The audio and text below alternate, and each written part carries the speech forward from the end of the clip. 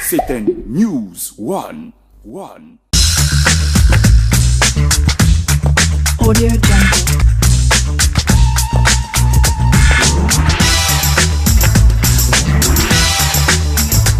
Audio Jungle.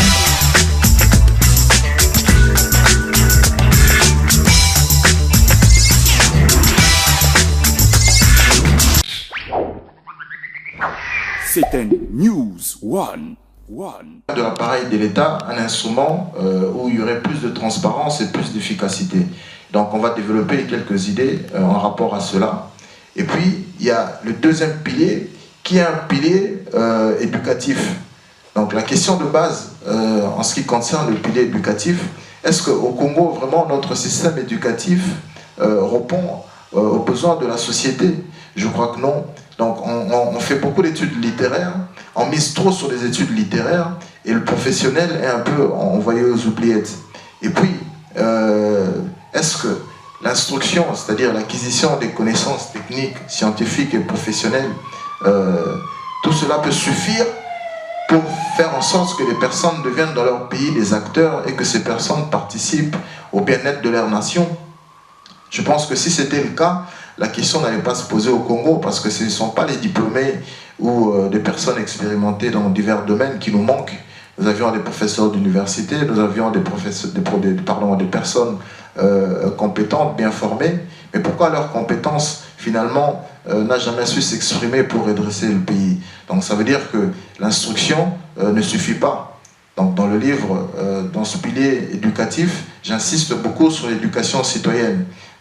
Qu'est-ce que j'entends moi par l'éducation citoyenne? C'est la faculté que peut avoir un individu de comprendre les enjeux de son pays et surtout d'élever son degré de conscience pour que cette personne devienne un véritable acteur dans son propre pays, qui participe dans le débat, qui adhère dans des mouvements citoyens, etc.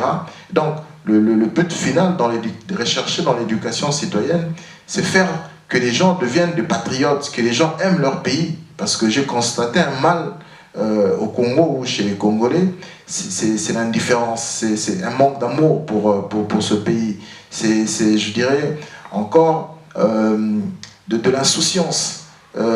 Nous-mêmes Congolais, il n'y a pas ce sentiment de patriotisme. Est-ce que vraiment nous aimons nos pays? Est-ce que vraiment nous aimons cette nation? Parce que nous-mêmes, nous sommes les premiers contributeurs de tout ce qui nous arrive avant tout. Parce qu'on peut bien vouloir pointer du doigt les autres, mais comment est-ce que les autres sont arrivés justement à impacter pour que nous arrivions à cette situation? Donc je crois que nous-mêmes, nous avions ouvert des portes, nous avions permis à ce que nous puissions nous retrouver dans cette situation. C'est notre inconscience, notre je dirais, inconscience aussi, c'est-à-dire que nous avions à un moment donné reproduit des comportements tels que le monde n'a pas eu d'autre alternative que de venir d'une certaine façon reprendre la main. Et donc aujourd'hui, si nous voulons nous relever, donc il faudrait qu'on insiste sur ces notions-là. C'est pourquoi donc, dans le volet éducatif, dans ce pilier-là, donc je parle beaucoup sur l'éducation citoyenne. Donc je crois que cette éducation-là est fondamentale pour inciter les gens, pousser les gens à être patriotes, pousser les gens à aimer leur pays, pousser les gens à comprendre ce qui se passe dans leur pays. Et tout cela, on va essayer de voir par la suite. Et il y a aussi le volet économique, qui est un pilier aussi fondamental, parce que tous ces piliers sont liés. Et donc, pour qu'il y ait de l'impact économique, pour qu'il y ait une vraie croissance, donc il faut qu'au niveau institutionnel, qu'au niveau politique, qu'il y ait un assainissement, donc qu'il y ait ce qu'on va voir par après, donc qu'il y ait plus de transparence, et cette efficacité aura de l'impact au niveau économique et social. Et donc le dernier pilier, c'est le pilier social.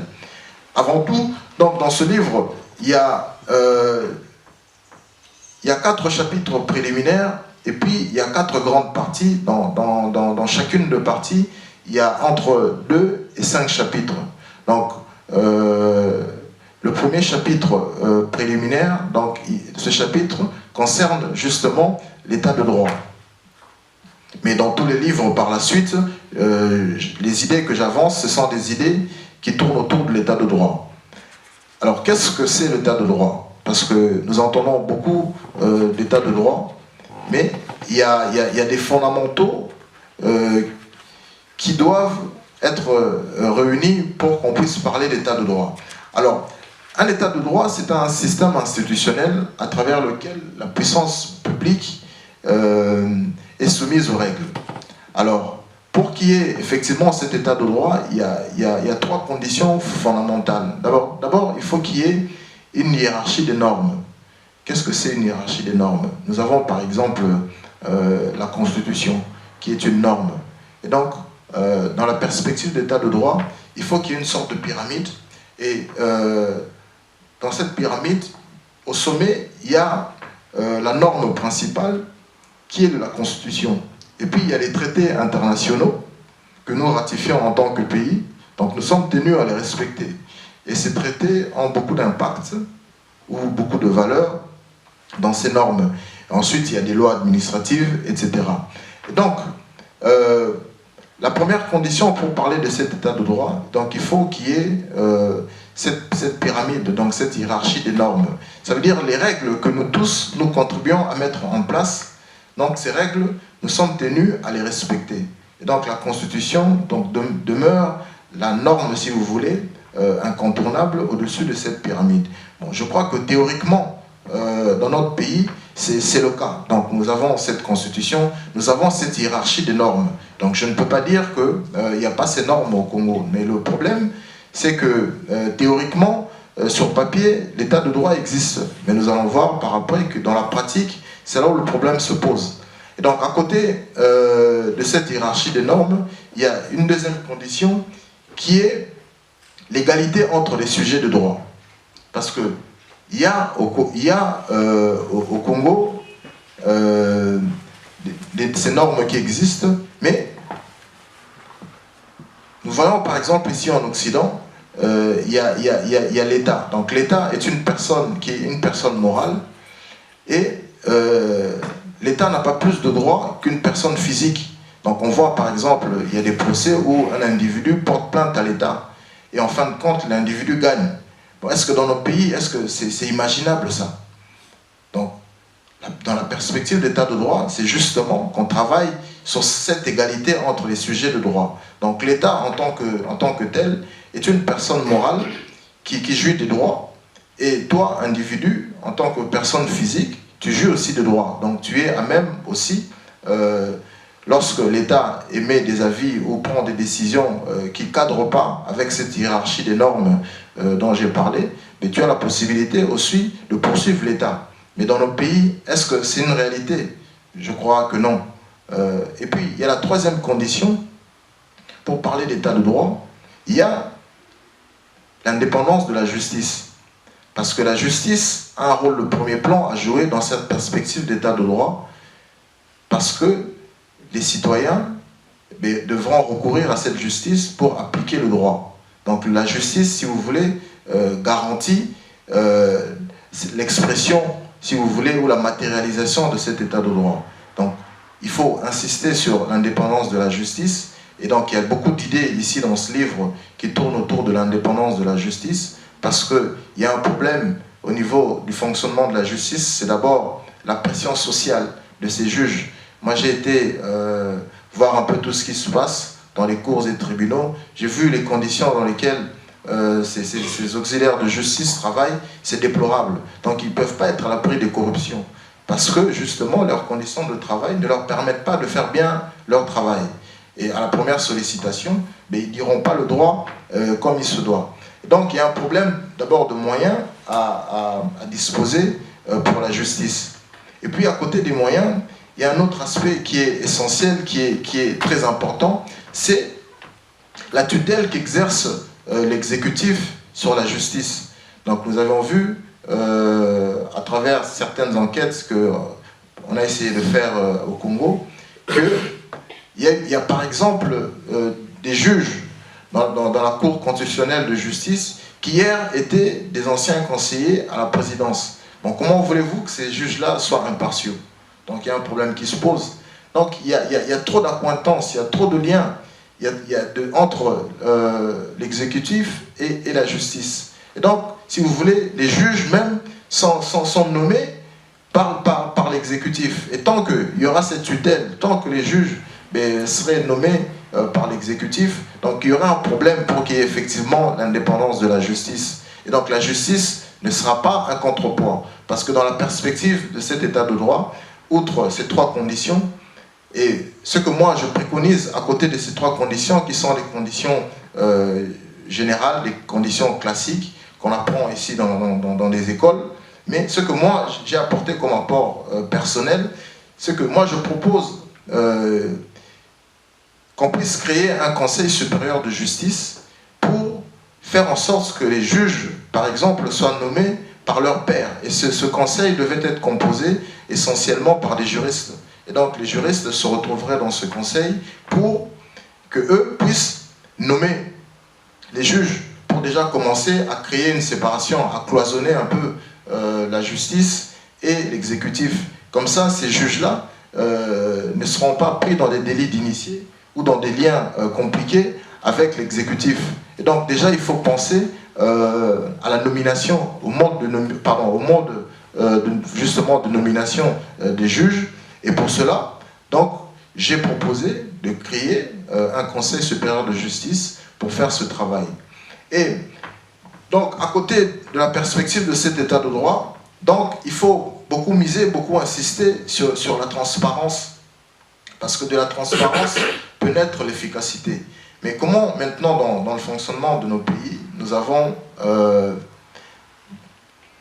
des individus qui incarnent tous les pouvoirs. Au fait, dans notre mémoire collective, dans notre subconscient, sans se rendre compte, mais dans nos comportements, nous faisons tout pour renforcer le pouvoir de l'individu, qui est le chef de l'État.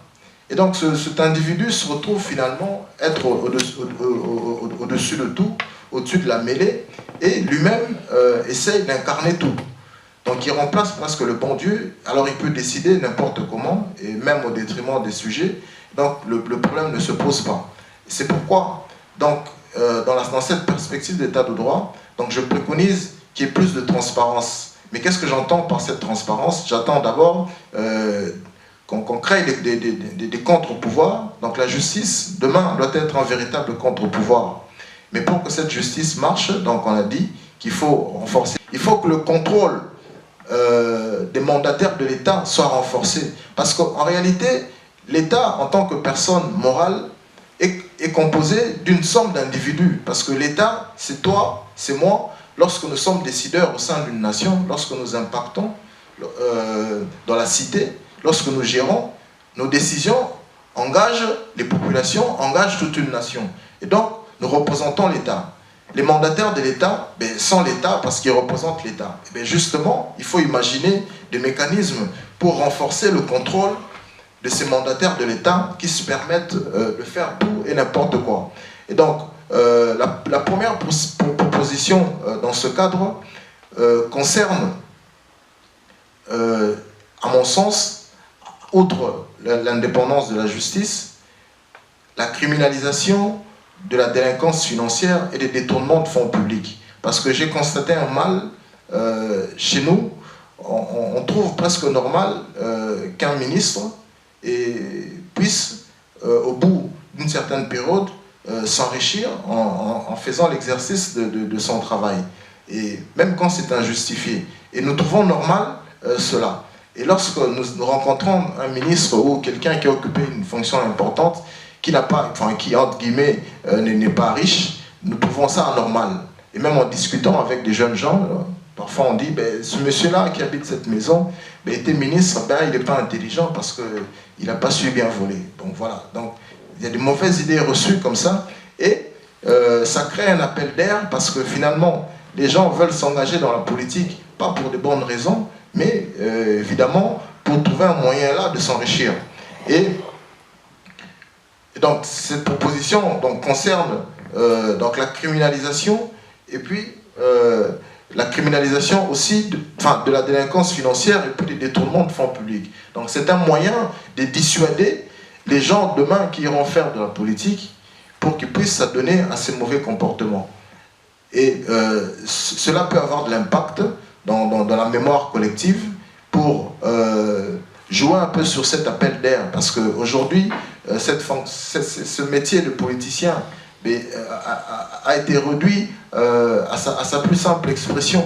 Donc, les gens ont banalisé ce travail noble de politicien qui consiste à réfléchir sur des solutions aux problèmes qui se posent dans une nation, qui consiste à gérer la cité de manière transparente et efficace. Mais aujourd'hui, je crois que nous pouvons tous être d'accord que ces politiciens-là ne se comportent pas vraiment de manière catholique. Et donc, dans le cadre de propositions, de quelques propositions, parce qu'il y en a beaucoup, et donc ce que je relève ici, d'abord c'est l'indépendance de la justice, et puis criminaliser la délinquance financière, les détournements de fonds publics, et puis ce que je propose également dans ce premier chapitre préliminaire, c'est aussi cette faculté quand même, nous en tant que peuple aussi, qu'on prenne conscience sur ces choses-là. Et cette élite dirigeante qui nous a dirigés profite de la faiblesse du peuple qui constate, qui adhère parfois inconsciemment à certains comportements qui sont déviants, et finalement le peuple se retrouve pris dans le carcan, pris en otage par une élite qui s'adonne à tout et n'importe quoi, qui s'enrichit au détriment des populations. Et pour cette élite, la préoccupation, c'est plus le peuple, mais c'est leurs intérêts personnels. Voilà pour ce qui est de quelques explications brèves de ce premier chapitre préliminaire. Et dans le deuxième chapitre qui suit, avant qu'on entre dans le détail sur les parties qui concernent les livres, il y a ce chapitre qui concerne nos relations avec le Nord, parce que j'ai constaté aussi beaucoup de problèmes dans nos relations avec l'Occident. Je crois que ça fait plus d'un siècle, voire plus, que nous sommes en contact avec l'Occident. Mais dans nos rapports avec l'Occident, qu'est-ce que concrètement, vraiment, ça nous a apporté en termes de redressement, en termes de croissance? Bon, je crois que là, il y a quand même matière à réfléchir. Donc, je n'ai pas exclu, donc, dans ma démarche de rédaction de ce livre, de penser un peu à apporter quelques idées dans cette perspective. Donc, j'aimerais juste ouvrir une parenthèse. Les propositions que j'avance dans ce livre, ou les idées que je développe, n'ont pas de monopole de vérité ou d'exclusivité. Donc, en introduisant, je disais que pour moi, c'est un devoir citoyen de réfléchir sur les problèmes qui se posent dans mon pays. Et donc, toute démarche intellectuelle se veut d'être un peu humble et il faut émettre beaucoup de réserves. Voilà, juste pour la parenthèse. Et dans ces relations, je disais, donc il y a matière quand même à réfléchir. Et j'ai constaté un mal, c'est que nous voulons nous définir en fonction de l'Occident. Nous, c'est-à-dire nous en général, mais vous savez, dans ce livre, le public cible, c'est vraiment l'élite dirigeante. Donc c'est vraiment ceux qui dirigent, ceux qui sont appelés à orienter le destin de la nation, ceux qui sont appelés à apporter l'impulsion. Donc ce livre cible vraiment ce public-là, mais d'une manière générale, tous les Congolais, parce que nous devons connaître un certain nombre de choses dans le fonctionnement de nos institutions ou de nos pays. Et donc, sommes-nous vraiment obligés de nous définir en fonction d'eux? Pouvons-nous aussi avoir, est-ce que c'est possible pour nous d'avoir aussi nos propres projets, nos propres programmes, nos propres alternatives, selon nos convenances, selon nos choix? Est-ce que c'est possible? Je crois que oui, mais j'ai remarqué que dans nos relations avec le Nord, nous sommes d'une certaine façon un peu sous influence, et nous-mêmes, nous adonnons à cette influence sans beaucoup de remise en question, sans beaucoup de réflexion. Donc nous entrons parfois dans des danses dont nous ne maîtrisons pas les pas, nous acceptons quand même, sans beaucoup vraiment réfléchir. Et ici, je dis que sans vouloir responsabiliser l'Occident sur nos problèmes que nous rencontrons, bien qu'il y ait une responsabilité indirecte, mais la première responsabilité incombe à nous, Congolais, parce que nous sommes, je disais, les premiers contributeurs à ce qui nous arrive. Mais je crois que dans le monde, dans les relations entre les nations, entre les pays, je crois que c'est une question d'abord des intérêts. Je ne sais plus quel homme d'État disait qu'entre les pays, il n'y a pas d'amitié, il n'y a que des intérêts.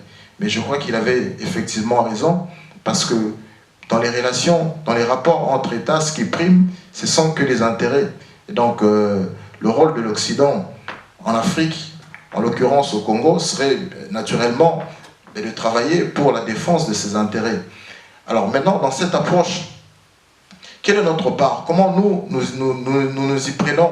Comment nous comprenons ces choses pour que nous aussi, nous puissions avoir notre part et défendre valeureusement nos intérêts? Mais c'est là où le problème se pose, parce que j'ai constaté que nos dirigeants parfois se comportent en vassal, se comportent en serviteurs de l'Occident contre leurs propres intérêts. Je crois que c'est quand même aberrant. Il faut qu'à un moment donné, qu'on puisse nous relever. Donc ça implique de l'estime de soi, un sens de dignité pour qu'un acteur politique, pour qu'un dirigeant d'une nation, ou en l'occurrence du Congo, pour que cette élite dirigeante puisse avancer en discutant avec l'interlocuteur sans complexe, en défendant valeureusement ses intérêts. C'est possible, parce que le calcul de l'Occident dans ses approches, dans ses relations avec nos pays, c'est justement de trouver des voies et moyens pour exploiter ce qui est exploité, pour prendre ce qui est à prendre. Donc si nous n'avons déjà pas de conscience comment défendre notre part, défendre nos intérêts, eh bien on ne marchera que sur nous et nous ne trouverons jamais notre compte.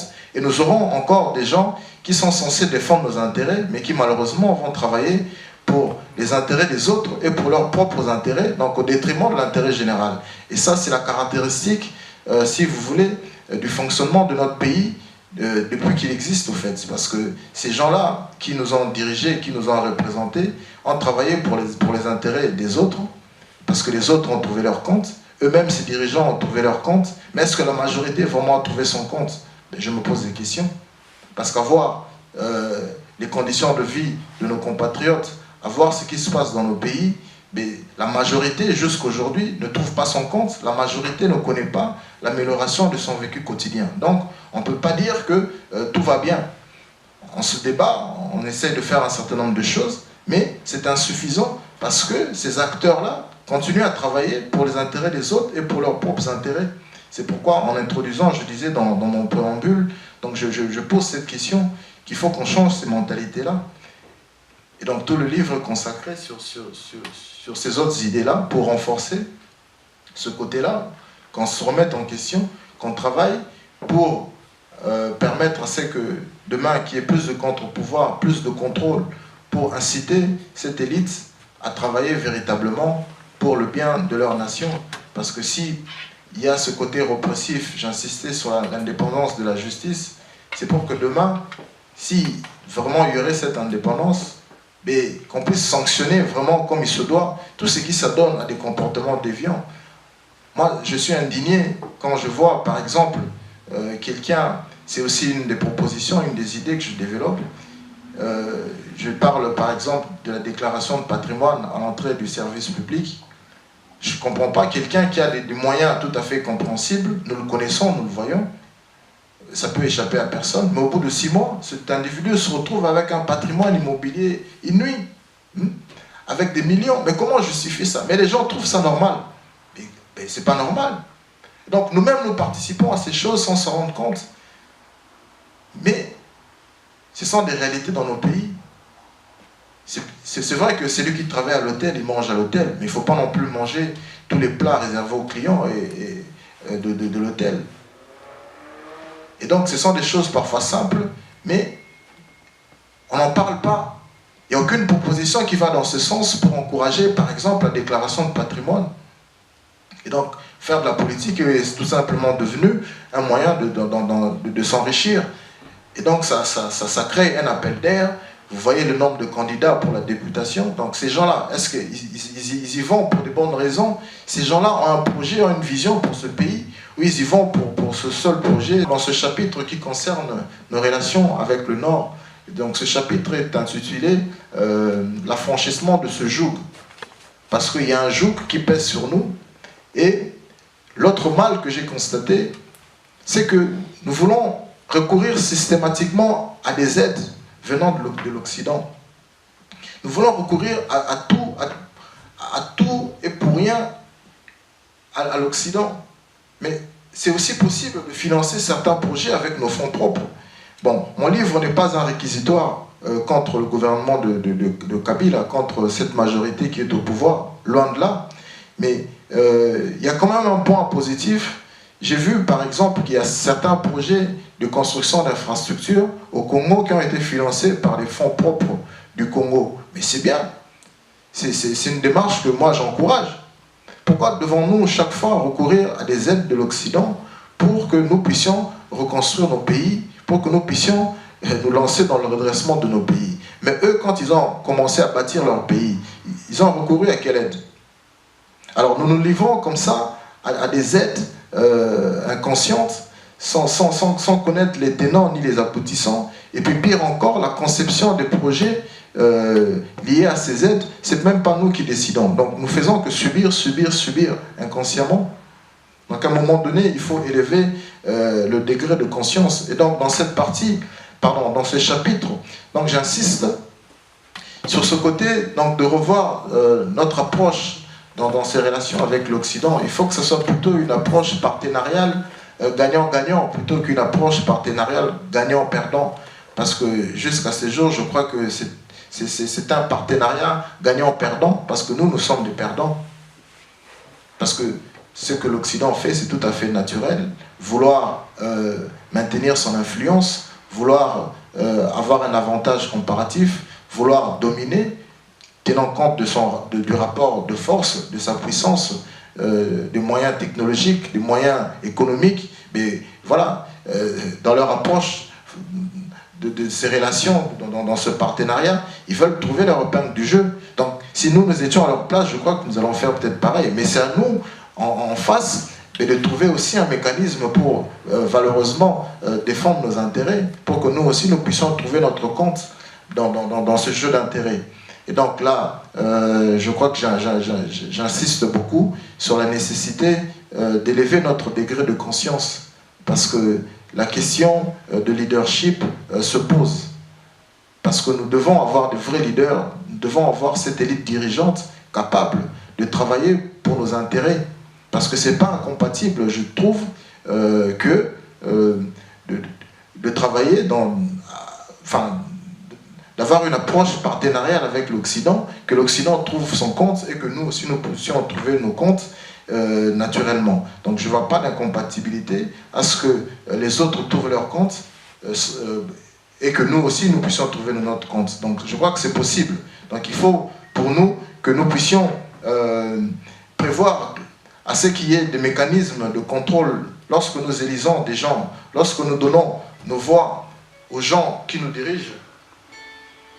Lorsque nous donnons nos voix aux gens qui nous dirigent, il faut que nous prévoyions aussi des mécanismes de les contrôler pour que demain, ces gens-là arrivent à rendre des comptes et à travailler pour notre bien. Et lorsque nous ne trouverons pas notre compte, qu'on puisse leur dire ici, ça n'a pas été pour telle ou pour telle autre raison. Et donc, là, je crois que pour nous, il faut qu'on avance avec confiance, il faut qu'on avance dans ces relations avec l'Occident, avec confiance, avec estime de soi et avec dignité. Donc, il n'est pas du tout question d'infériorité, parce que parfois nos dirigeants se comportent vraiment comme des subalternes, comme des vassaux, qui viennent servir les intérêts des autres contre leurs propres intérêts. Et puis, le troisième chapitre préliminaire est consacré à la création d'un nouveau leadership. Une autre élite, je dis, parce que je crois qu'ici, sous le soleil, tout passe par l'action des hommes. Et donc, lesquels hommes doivent être éduqués, non seulement en matière d'acquisition des connaissances techniques, scientifiques ou culturelles, mais aussi en matière d'activation de la faculté, je crois, à aimer leur pays, la faculté d'élever leur degré de conscience pour la compréhension, je crois, des problématiques et à rechercher de manière constante des solutions y afférentes. Et je disais, l'éducation citoyenne est importante. Mais cette éducation, ben, ça se cultive. Parce qu'il ne suffit pas d'avoir un pays riche et immense pour prétendre d'office un certain confort et bien-être. Sinon, au Congo, je crois que la question ne se poserait pas. Encore faut-il qu'il y ait des hommes et des femmes capables de cultiver ses acquis et ses potentialités afin d'assurer à la majorité un minimum vital. Cela dit, donc, l'implication de l'homme congolais est incontournable dans le redressement du Congo. Mais ça requiert, dans le chef de celui-ci, un minimum de conscience, de bon sens, de sérieux et d'amour, tout simplement pour la patrie. Mais cette exigence est d'autant plus importante pour l'élite dirigeante. Parce qu'il faut créer un nouveau leadership et il faut qu'il y ait une autre élite. Donc nous avons la preuve aujourd'hui qu'après plus d'un demi-siècle d'indépendance, que l'élite dirigeante a vraiment travaillé pour le bien de ce pays-là. Nous avons la preuve que cette élite a vraiment cherché à travailler pour améliorer le vécu quotidien des populations. Sinon, la majorité de Congolais vivraient, je crois, avec opulence dans l'inquiétude. Mais est-ce que c'était vraiment la quête de cette élite pendant plus de 50 ans? Je crois que non. C'est bien au contraire cette élite qui nous a plongés dans les méandres du chaos. C'est cette élite qui nous a plongés dans le carcan dans lequel nous nous trouvons. Aujourd'hui, nous nous retrouvons pris en otage à cause de quelques individus. Parce que ce n'est pas moi et toi qui avons été gérés ou impactés, ou ce n'est pas nous qui avons pris des décisions. Mais nous avions subi et nous continuons à subir à cause d'une élite, d'une certaine élite.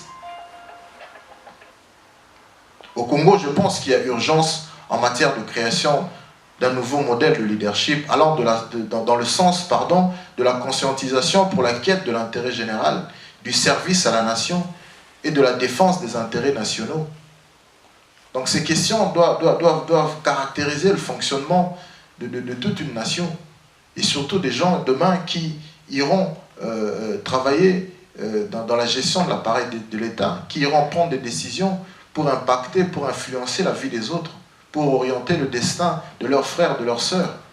Donc il faut, dans le chef, dans le subconscient de ces gens-là, il faut que ces questions-là ou ces points-là soient intégrés. Tout simplement, la faculté d'aimer son pays. Parce qu'il y a des choses qui se passent dans ce pays, on se demande vraiment si ces individus-là, mais ce sont des Congolais.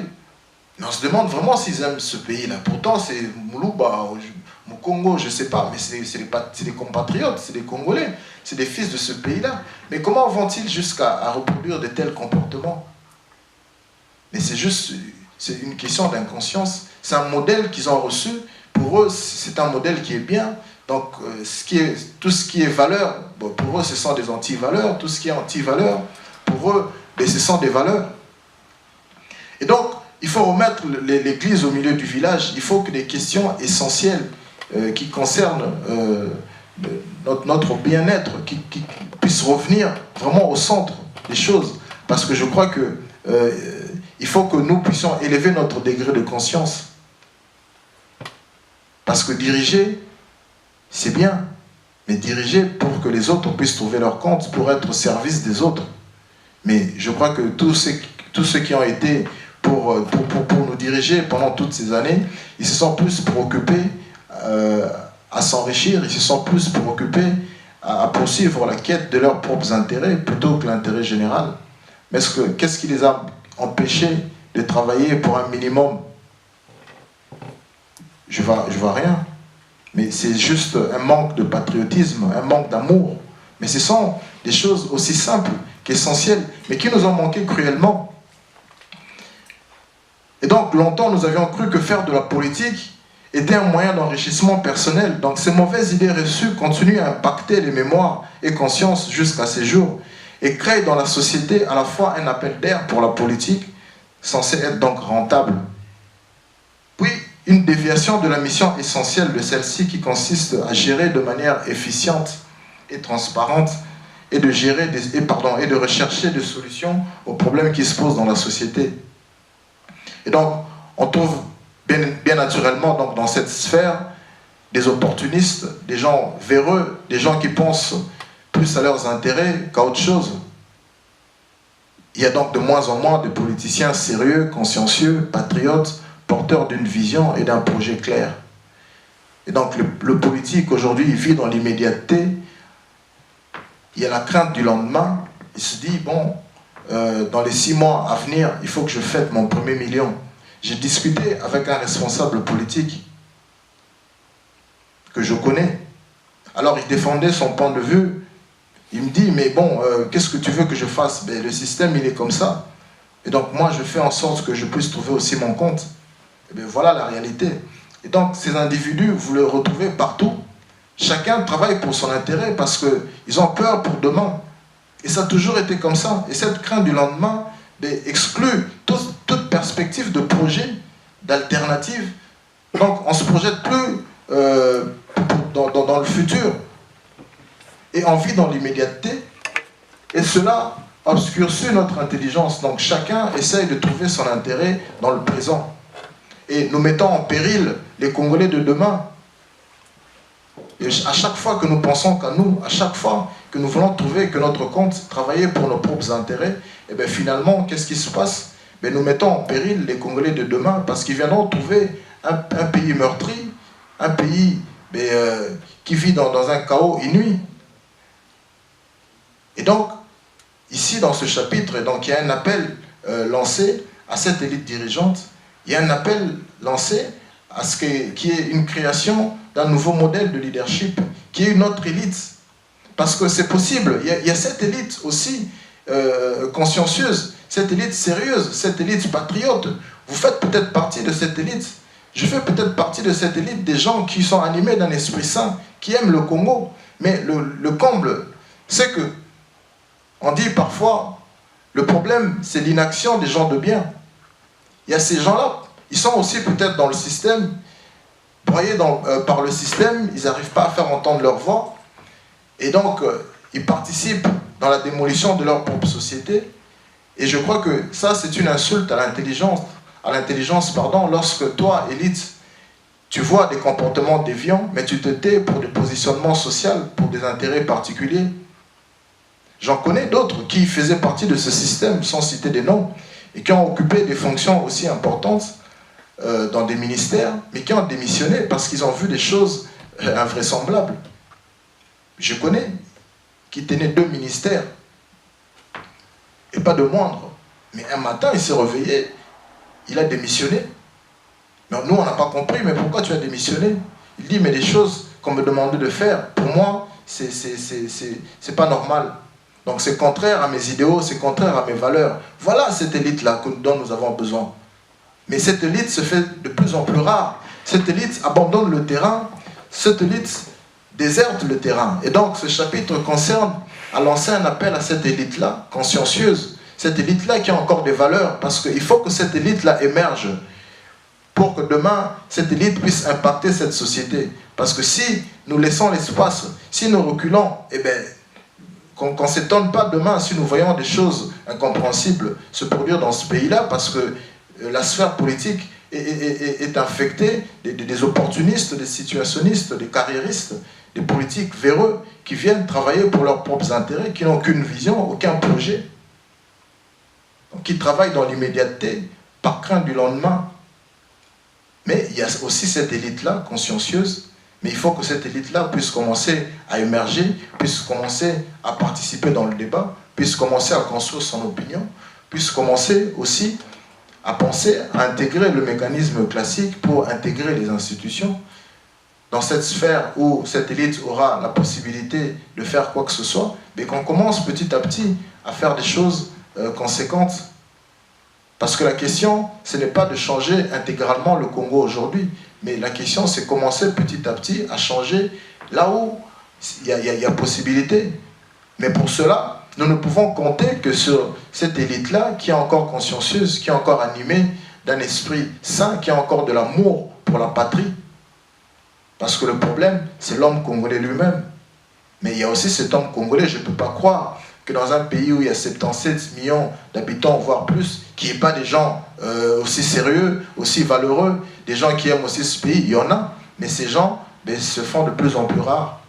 Mais ces gens-là, justement, doivent se lever doivent participer, doivent se battre pour que demain, ces gens arrivent à impacter leur société, puisque demain, ces gens arrivent à travailler véritablement pour l'intérêt général et pour le bien de la majorité, parce que cela est possible. Et ça nous emmène naturellement, parce que je crois que ces points ou ces chapitres préliminaires, pour moi, étaient des chapitres indispensables, parce qu'on ne peut pas envisager une démarche quelconque pour redresser le Congo sans pour autant aborder ces questions. Bon, pour ceux qui sont venus nous trouver ici, donc on a parlé de l'état de droit comme préalable pour le redressement du Congo, et on a parlé de l'affranchissement du joug occidental qui pèse pour nous, parce que nous voulons nous définir en fonction de...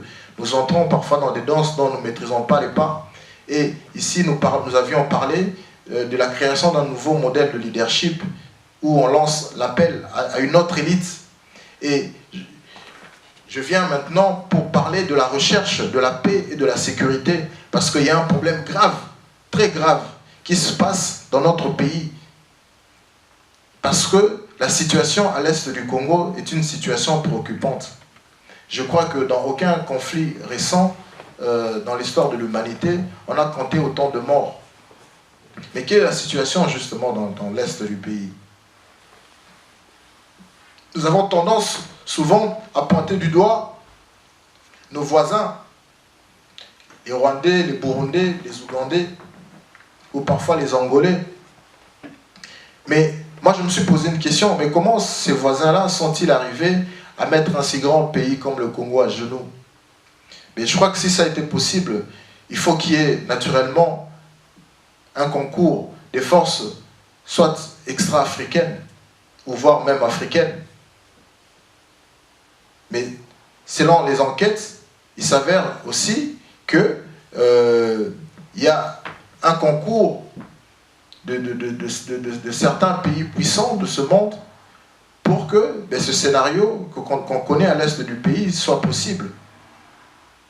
Et donc, ce que moi je préconise ici dans la recherche de la paix, parce que nous connaissons tous la situation à l'est du Congo, c'est pas pour moi nécessaire que je puisse encore en parler, mais j'aimerais juste souligner qu'il y a une volonté manifestée de créer une instabilité généralisée à l'est du Congo pour avoir le contrôle des ressources du sol et du sous-sol du Congo et sur la conscience populaire.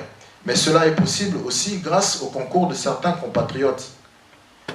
Mais dans la quête de la recherche de la paix et de la sécurité à l'est, je crois qu'il y a des forces extra-africaines qui travaillent aussi pour qu'il y ait cette situation à l'est. Mais qu'est-ce que nous devons faire aujourd'hui, nous Congolais? On se retrouve comme des enfants orphelins. On nous tue, on nous massacre, on viole nos femmes, on évente des femmes, on pile des bébés, mais personne n'en parle. Nous avons le sentiment de crier dans le vide, de crier dans le désert. Pourtant, la communauté internationale dispose des moyens de différents leviers pour poursuivre les auteurs de ces massacres, pour sanctionner. Il y a des leviers diplomatiques, il y a des leviers militaires, économiques, pour mettre fin à ce qui se passe à l'Est. Mais il y a un sentiment d'impuissance, de crier, de parler dans le vide. Mais ça continue, rebelote encore et encore. Mais qu'est-ce que nous devons faire finalement?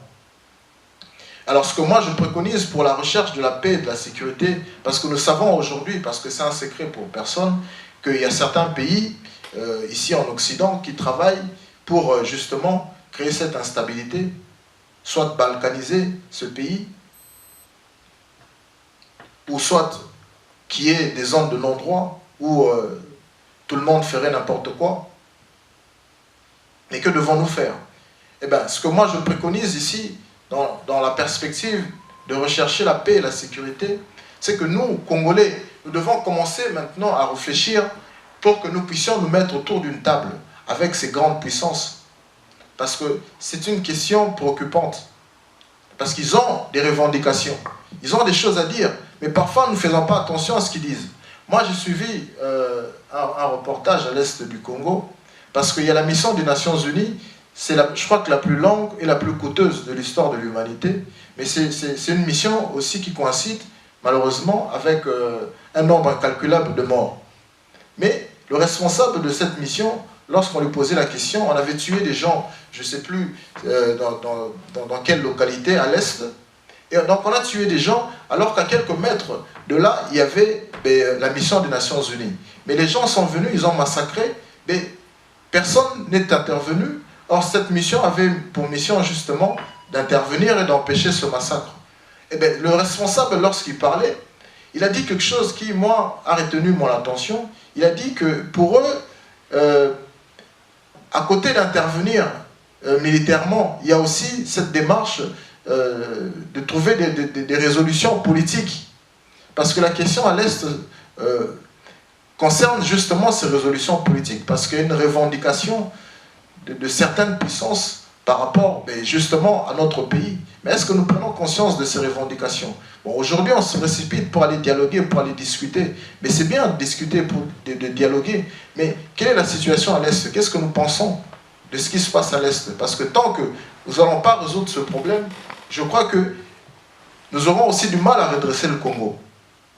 Et donc cette question de rechercher la paix et la sécurité à l'Est est primordiale. Et ce que moi je préconise, d'abord, c'est d'appeler de tous nos voeux la tenue d'une table ronde internationale sur la situation à l'Est du pays.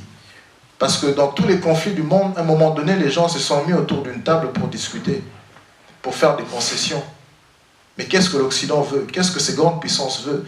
Nous avons des preuves, nous savons que le Canada est impliqué, que les États-Unis aussi, que la Grande-Bretagne. Mais ce ne sont pas n'importe quel pays, ce sont des grandes puissances qui soutiennent nos voisins pour créer cette instabilité. Donc nos voisins sont des pions sur un échiquier. Alors on a tendance à pointer du doigt Rwandais, Rwandais. D'accord, mais derrière les Rwandais, qui se cache-t-il? Et donc il y a ces grandes puissances. Et donc nous devons prendre ces choses à cœur, nous devons élever notre degré de conscience, comprendre que la situation est complexe. Et donc nous devons nous mettre autour d'une table pour discuter définitivement de ce qu'il faut pour l'Est du pays.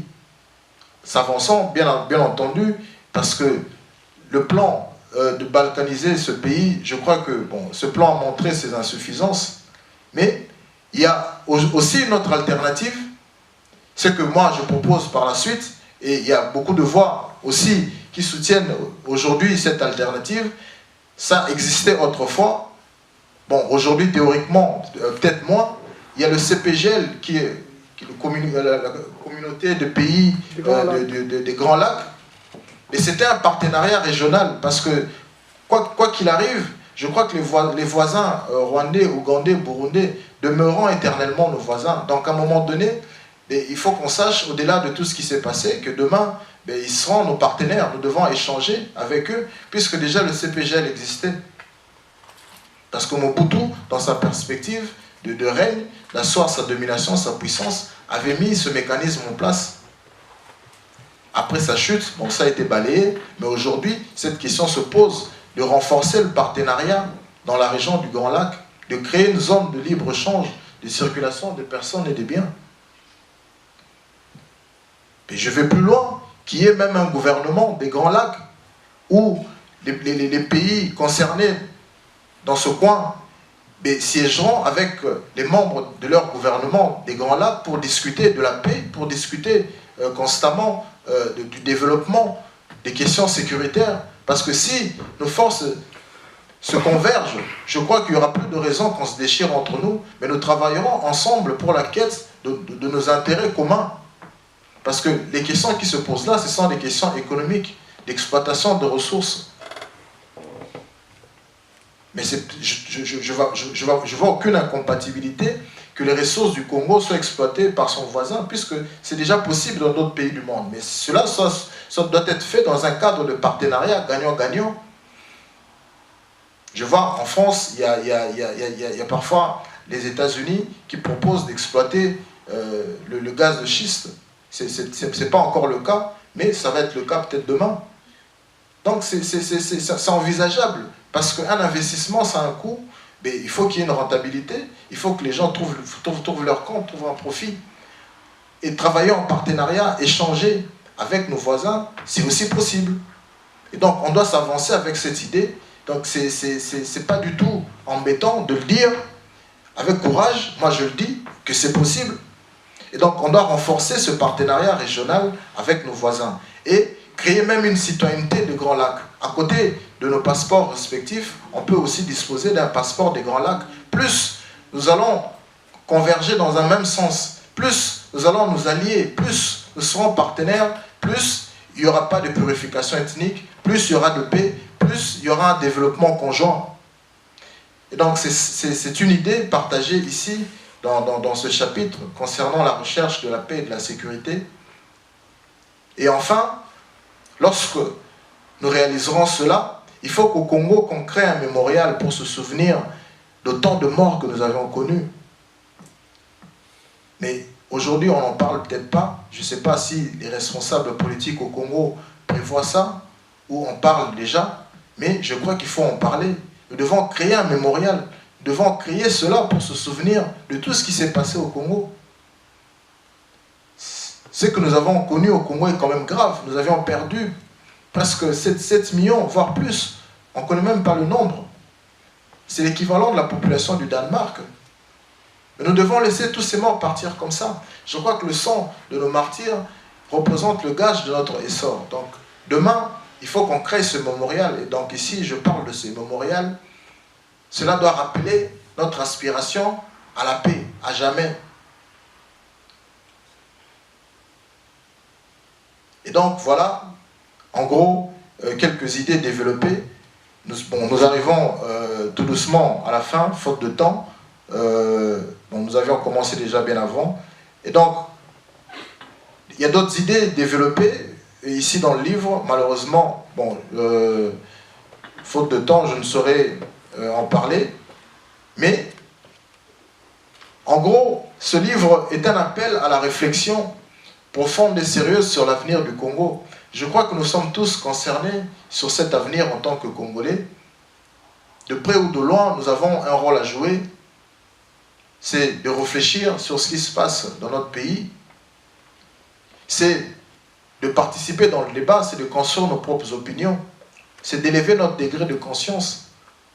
Que nous ne soyons pas dans l'attentisme à regarder, mais nous avons véritablement un rôle à jouer en tant que Congolais et nous avons droit à un avenir radieux et meilleur. Mais cet avenir, droit et radieux, dépend de notre faculté à comprendre les enjeux de notre pays, de notre faculté aussi à nous remettre en question et à changer systématiquement nos mauvaises mentalités. Si nous sommes donc en mesure de prendre conscience, de nous remettre en question, parce qu'on peut se tromper, les erreurs sont les meilleurs professeurs, les erreurs sont les portes de la découverte. Je crois que depuis plus de 50 ans, on s'est trompé, mais il ne faut pas que les mêmes causes reproduisent éternellement les mêmes effets. Donc là, il y a vraiment un problème. Donc aujourd'hui, nous, Congolais, on doit se relever, on doit se remettre en question, on doit essayer d'élever notre degré de conscience pour que demain, nous puissions travailler pour le bien de notre pays. Je vous remercie.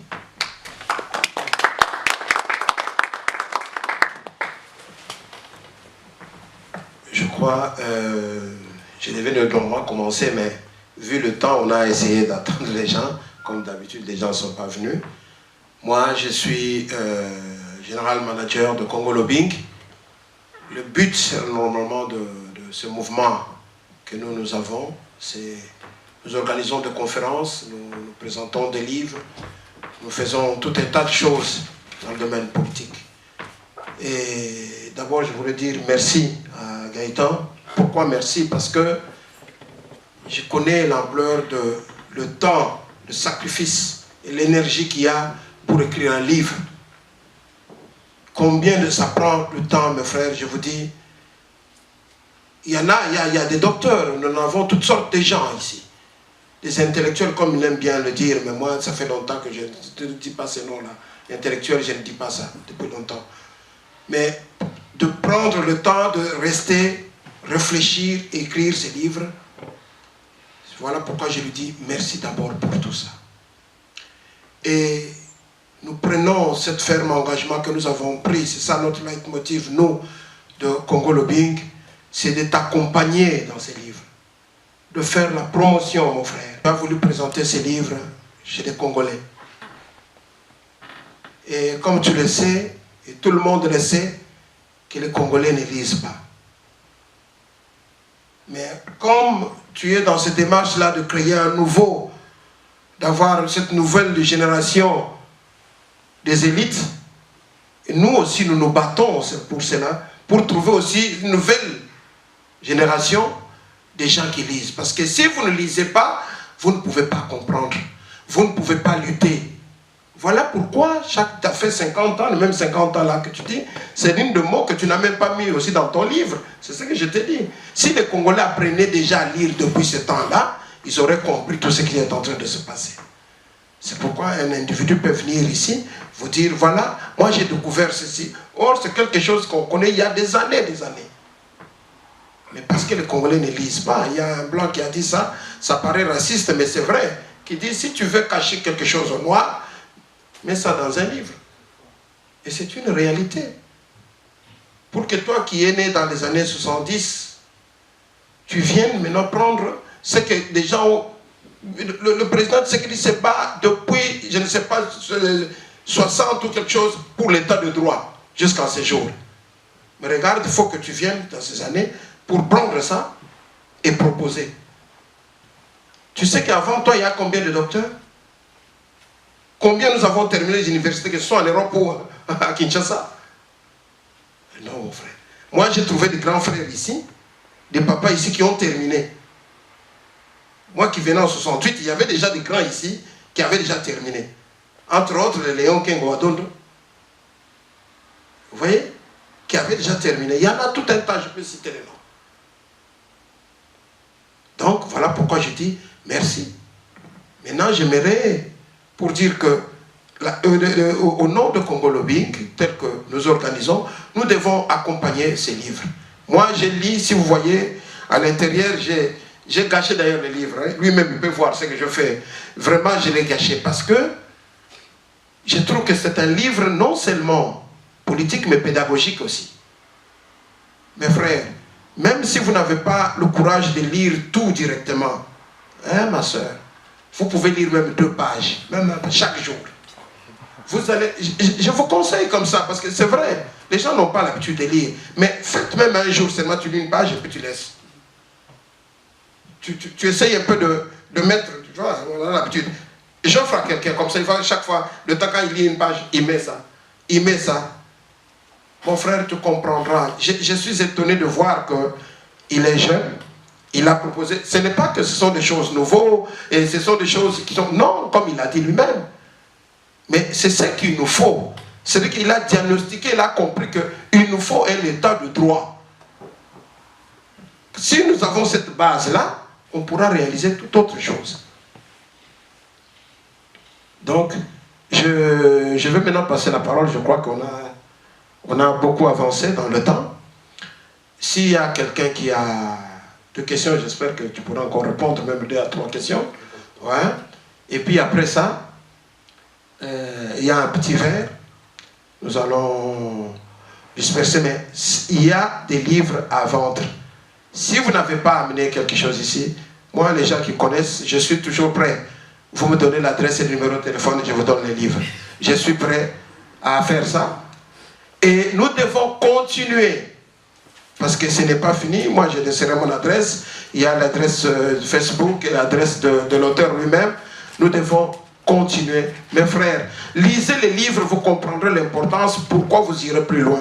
Et pourtant, les gens mes frères qui sont là, qui savent, ça fait plus de temps, il y a Méthode qui est là, qui savent, plus de 20 ans, je présente des livres. J'ai vu de toutes sortes d'auteurs, de grands et de meilleurs. Mais je n'avais pas lu un livre pédagogique, comme je vous dis. Peut-être c'est un esprit parce qu'il vient de terminer il n'y a pas longtemps, hein, l'université. Tu as encore la bonne matière par rapport à nous. Peut-être. Mais c'est si simple que tu entends tous les jours le Congolais dire état de droit. Mais si tu lui poses la question, c'est quoi l'état de droit? Ah, mais tu sais mais tu sais qu'il dit quoi? Tu comprends? Mais au moins, lui, il y a eu cette amabilité-là, avec de phrases simples, de mots simples, à expliquer tout ça. Donc, comme je dis, s'il y a quelqu'un, il peut déjà... C'était News One. Audio Jungle.